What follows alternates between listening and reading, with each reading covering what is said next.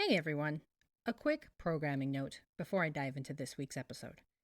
I just wrapped a guest appearance on the super cool podcast Armchair Historians, where I talked about my favorite history. Definitely go check it out and let me know your thoughts and what your favorite history is. You can find Armchair Historians wherever you get your podcasts. Now go enjoy this week's episode. Welcome to Civics and Coffee. My name is Alicia, and I am a self-professed history nerd. Each week, I'm going to chat about a topic on U.S. history and give you both the highlights and occasionally break down some of the complexities in history and share stories you may not remember learning in high school, all in the time it takes to enjoy a cup of coffee.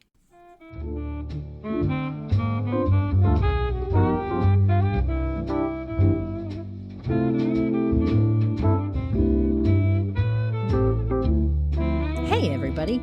Welcome back to another episode. This week, we are going to talk about perhaps the greatest piece of American propaganda to ever be produced, the Declaration of Independence. Now, before you get upset, hear me out. I'm not taking anything away from its importance or influence in the development of a new nation, nor am I discrediting its impact on the world for years to come. That would be just plain silly. But, as I will discuss, the document had no legal authority and established no form of government. Instead, it was a document intended to gain much-needed support and supplies for a cause not as widely supported as the Declaration would have you believe. Grab your coffee, peeps. Let's do it. In reviewing the creation of the Declaration of Independence, it's important to understand the conditions under which it was written. Let's take a snapshot of what was happening in that moment, shall we? It was 1776, and the American Revolution had started a year prior. So, the delegates at the Second Continental Congress weren't declaring war. And they weren't exactly creating a new government yet, since they were, for all intent and purposes, still very much under the British government. There is no pretty way to say it. They were committing treason. We call it rebellion and revolution. The British call it betrayal. Now, it happened to work out okay for most white men in America, saying nothing of the slaves or indigenous people of the time.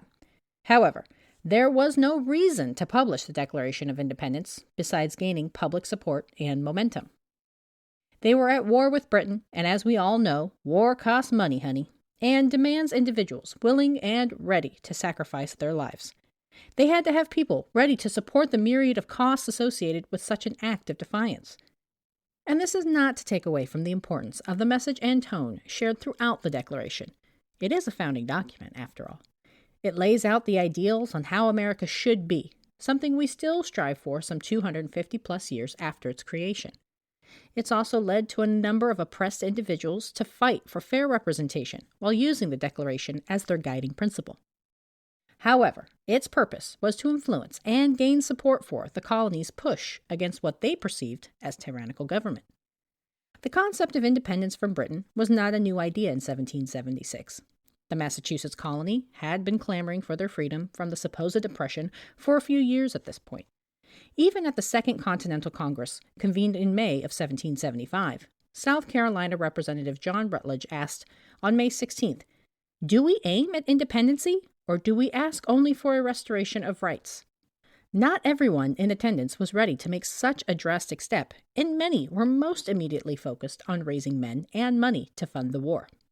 A year later, on June 7, 1776, Virginia Representative Richard Henry Lee declared a three-part resolution to declare independence, form foreign alliances, and prepare a confederation of the states.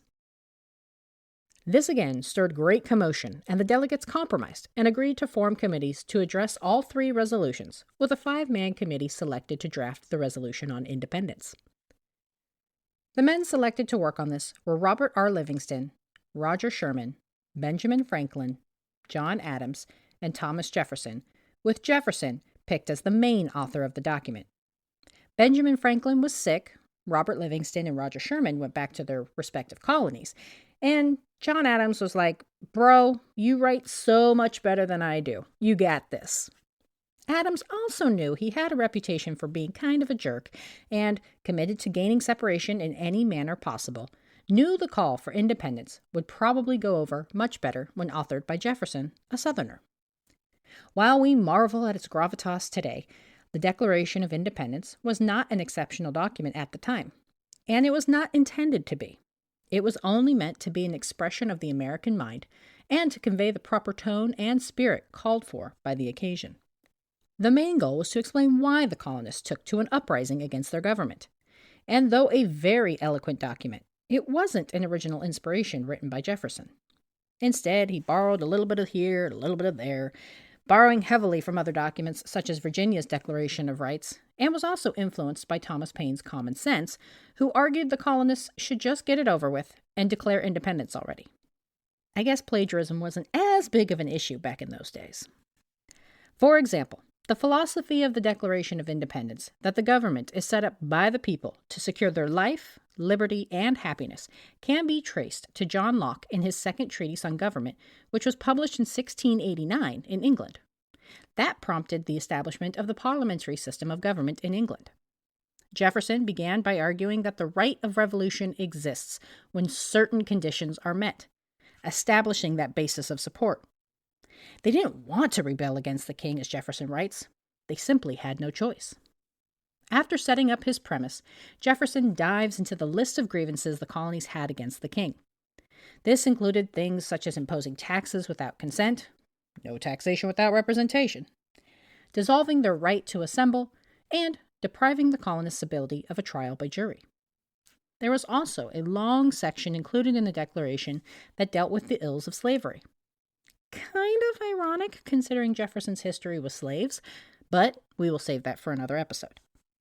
In addressing slavery, Jefferson laid the blame at the feet of King George III, claiming it was the king, and not the southern territories that had come to rely on the labor source, who had prevented the colonies from outlawing slavery and then turning around and using the slaves in rebellion against the colonists, writing, quote, "Determined to keep an open market where men should be bought and sold, he has prostituted his negative for suppressing every legislative attempt to prohibit or to restrain this execrable commerce.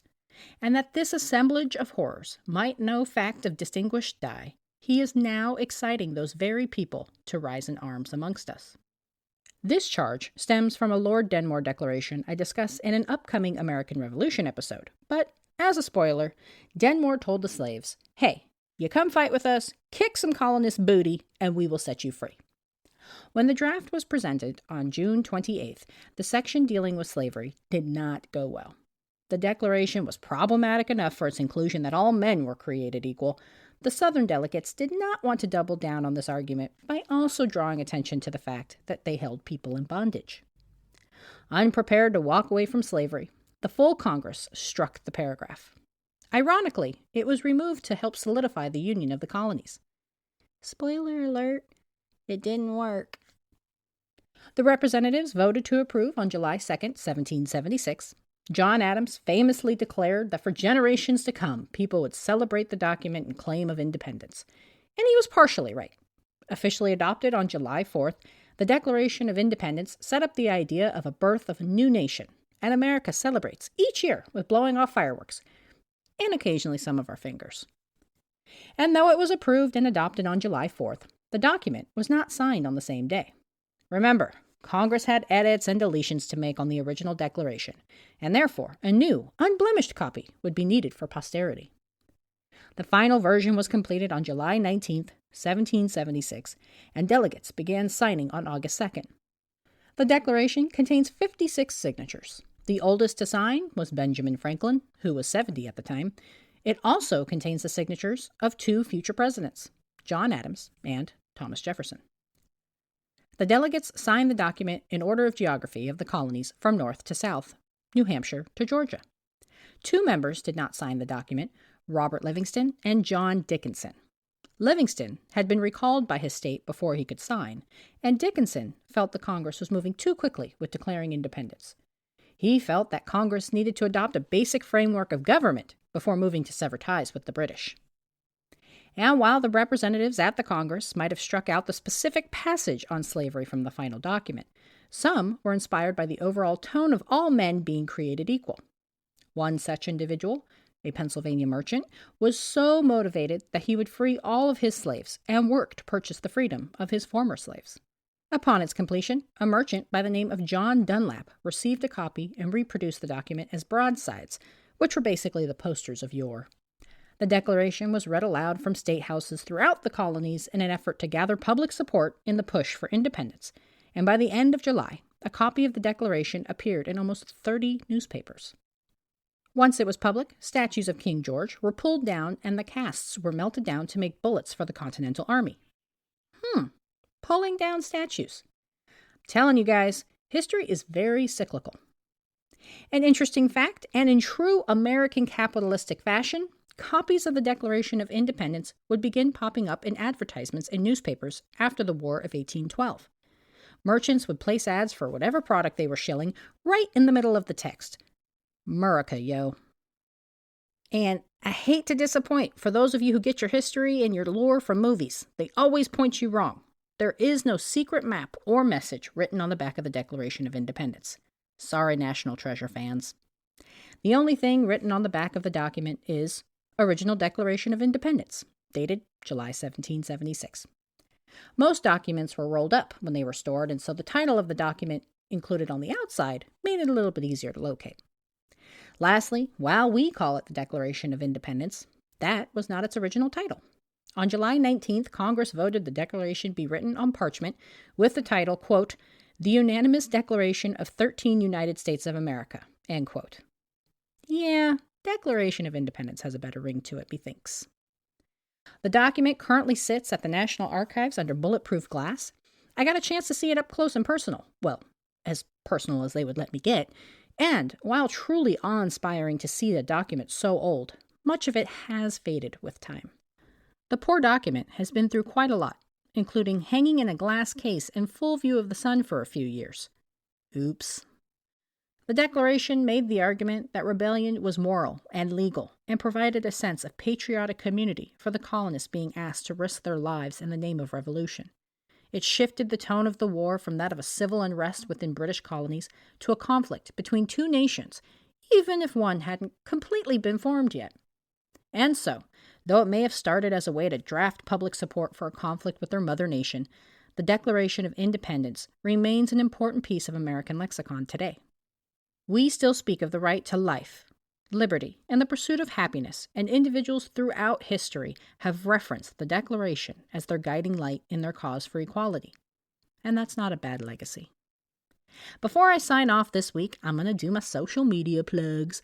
If you've been enjoying Civics and Coffee, be sure to follow Civics and Coffee Instagram at Civics and Coffee, or hit up the Facebook at Civics and Coffee. You can also drop me a line or an email and request a topic at civicscoffeepod@gmail.com. For those of you who listen on Apple Podcasts, please throw me a review and a rating. I truly appreciate hearing from you. Thanks, everybody. Thanks for tuning in, and I hope you enjoyed this episode of Civics and Coffee. If you want to hear more small snippets from American history, be sure to subscribe wherever you get your podcasts. Thanks for joining me, and I look forward to our next cup of coffee together.